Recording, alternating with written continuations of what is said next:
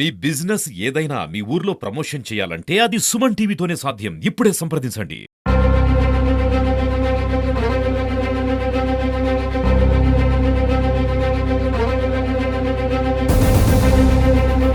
Suman TV. నేను నాగరాజ, పుంగనూరు నియోజకవర్గం చౌడేపల్లి మండలం ఆమినిగుంట వద్ద గల అంకాలమ్మ కొండ కింద ఉదయాన్నే చిరుత సంచారం ఇక్కడి రైతులను ఆందోళనకు గురిచేస్తుంది. బోరగపల్లికి చెందిన ఒక మహిళ తమ తోట వద్దకు వచ్చి కాయలు కోయాలని రావడంతో అక్కడే ఉన్న ఒక చిరుత వెంటనే పారిపోయింది. అదే గనక అటాక్ చేసి ఉంటే ఏ ప్రాణ నష్టం జరిగిందేదని రైతులందరూ ఆందోళన చెందుతున్నారు. గత నెల జూన్ 12న వంకర కుమార్ అనేటువంటి వ్యక్తి యొక్క ఈ పరిసర ప్రాంతాల్లోనే ఒక ఆవును తినేసి వెళ్లిపోయింది.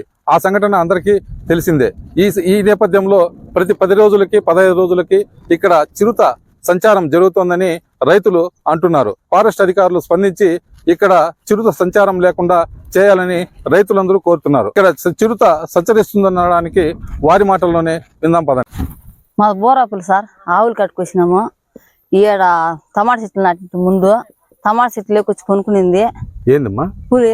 మేము వచ్చే కొందరికి లేచి చూసింది, మళ్ళా ఇట్లా వచ్చే కొందరికి పరిగెత్తి వెళ్ళిపోయింది సార్. అట్లా మామిడి తోటలకల్లా పోయింది సార్. అది మీరు చూసినారా? చూసినాం సార్, మేము చూసినాము. అది అట్లా పరిగెత్తిందిగా చూసిన సార్. నేను ఎక్కడ పరిగెత్తిందమ్మా? ఇట్లా తోటలకల్లా పరిగెత్తింది సార్. ఇంకా పులేనా ఎట్లా చెప్పగలవు?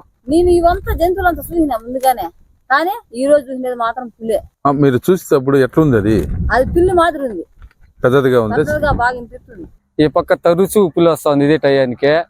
మాకు ఈ పక్క టమాటాలు కోసేదానికి, ఈ పక్క కూలీలకి, మాకు అందరికి చాలా భయంకరంగా ఉంది. ఫారెస్ట్ వాళ్ళు, పోలీసు వాళ్ళు దీన్ని చర్య తీసుకొని దాన్ని ఏదైనా కట్టడి చేయాల.